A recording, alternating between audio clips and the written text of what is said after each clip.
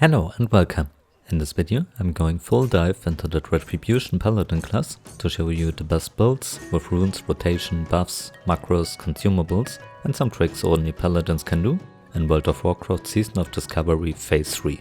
Alright, let's start with talents. For talents we go 5 points into improved Blessing of Might for the 20% attack damage bonus, 2 points into improved Judgment for a decrease of our cooldown, 3 points into improved Seal of the Crusader.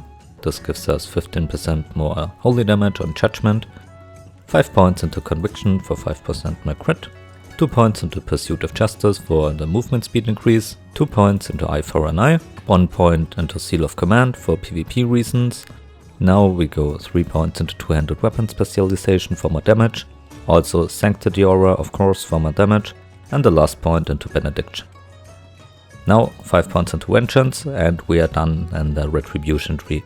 If you really don't want to do PvP, you can take this point out from Seal of Command and Eye for an Eye and put it in Benediction. If you want to do PvP, you can go Repentance instead of Consecration, but both options are fine for Battlegrounds. Now we go into the Holy Tree, 5 points into Divine Strength for 10% more strength, 5 points into Improved Seal of Righteousness, this increases also the damage of our Seal of Martyrdom, and 1 point into Consecration. For runes, we go Wrath rune on Head. This allows our Consecration to be critical strikes, and also our melee crit applies to our Exorcism. On Chest we go Seal of Martyrdom. Seal of Martyrdom got buffed now, so it is in line with Shamanistic Rage and it's a huge mana boost for your whole raid. On Wrist we go Hammer of Wrath, it's the only viable choice for Retribution here. You now get the execute phase. If you use Hammer of Wrath on a target with 10% health, for example a raid boss, you can basically spam this.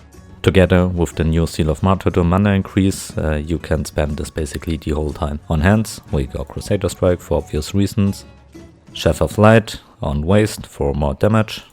On Legs we go Exorcist, this is our bread and butter now. And on Feet we go the Art of War. Same reason for Exorcist, it's necessary to spam the Exorcism. Our runes are basically the same as in PvP. You could argue to use Avenger Shield instead of Exorcist, but our damage suffers a lot for the slow, so I wouldn't recommend it. Now for weapons. Before we go into the new rotation, I want to say something about your weapons. To get the full power of a Red Paladin out of this phase, you need 2 different weapons. The first one is the Automatic Crowd Pummeler, and the second one is Sul'thraze the Lasher. You can get the first weapon from Numerican from the boss Crowd Pummeler 960. The second weapon is from Sul'thraze.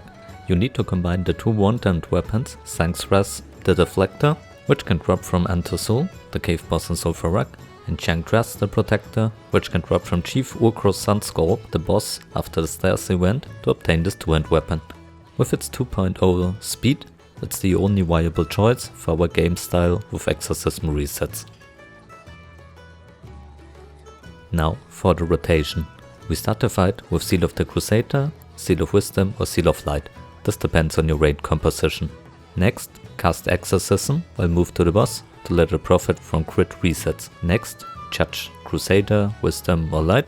Activate Seal of Martyrdom. If you get a crit with an auto attack, use Exorcism.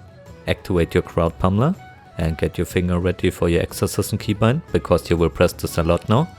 Next, Crusader Strike. If you get a crit, use Exorcism. Judgment of Martyrdom and renew your seal. If you get a crit, Exorcism, and repeat this. If your Crowd Pummeler buff runs out, swap your weapon to Sul'thraze. I simply put both weapons into a macro, which I post below.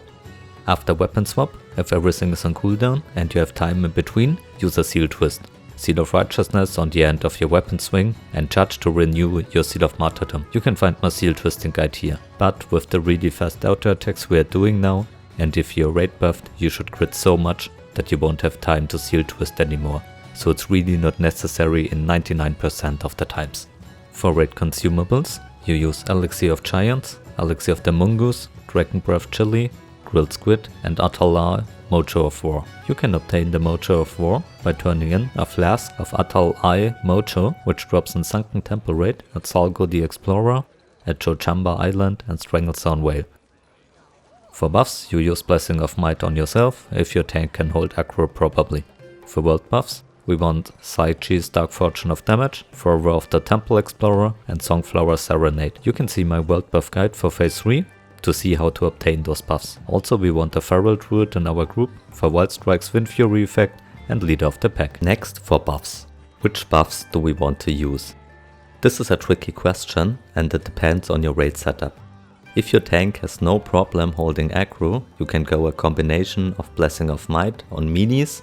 For hunters, only use it on mini hunters, and Blessing of Wisdom on casters and ranged hunters. If your tank can't hold aggro, use Blessing of Salvation on your raid and maybe Wisdom on healers. Communicate with your raid here what they need most. You should use Pally Power as a paladin and bind a quick buff key to buff. You can find my Pally Power tutorial here. Next, some neat paladin tricks and my cancel macro. There are some things only paladins can do. You can utilize your Divine Shield to remove stacks. For example, from the last boss from Numerican. Simply pop your Divine Shield and use a cancel macro to remove it in an instant afterwards to not lose attack speed. Every paladin should use this macro and bind it to a key. It looks like this. As you can see, you write /Cancelaura Divine Shield, and you also put a Cancelaura Blessing of Protection in, because if you are in a PvP situation, you can use it on yourself and simply remove it afterwards to let you attack again. Also remember as a paladin to always use your flexibility. Remember you have the Rebuke rune to kick, you have Divine Sacrifice rune to reduce raid damage. We are a supportive class and we should use our strengths here. Communicate with your raid what they need most. Next, to Mouseover Macros. You can make your life easier with Mouseover Macros. With this, you cast on the target your mouse is hovering over. If you have no target, you can cast on yourself. Adjust the following macro for your paladin spells: Holy Light, Blessing of Protection, Purify, Flash of Light, Lay on Hand and Turn Undead. The basic macro looks like this. So for example, in game you just put your spell name here and put it again here, and with this you can hovercast other players or yourself in raid or just by hovering over them. I will post the macros in the description down below so you can copy it. Those macros make a lot of difference in PvE and PvP because it gives you important seconds to react in rough situations. Some final words. We are for sure weaker than Shamans and the weakest melee class damage wise at the moment. But as melees, we do more damage than every caster right now. We still bring a lot of utility to the raid, which earns us our raid spot, but compared to other classes, we lack some innovative game style and Season of Discovery. We basically play like a Wrath of the Lich King version of Retribution Paladin and SoD now, which feels kinda lackluster. Our new runes are really boring. Especially if we look at what Shamans got, which are our counterpart at Horde side. Overall, I still love to play Retribution Paladin for myself and I probably will always continue play this class, but I hope we will finally get some love in phase 4. For now, enjoy raiding my fellow paladins, stay positive, enjoy the game and consider to like and subscribe for more World of Warcraft Season of Discovery content.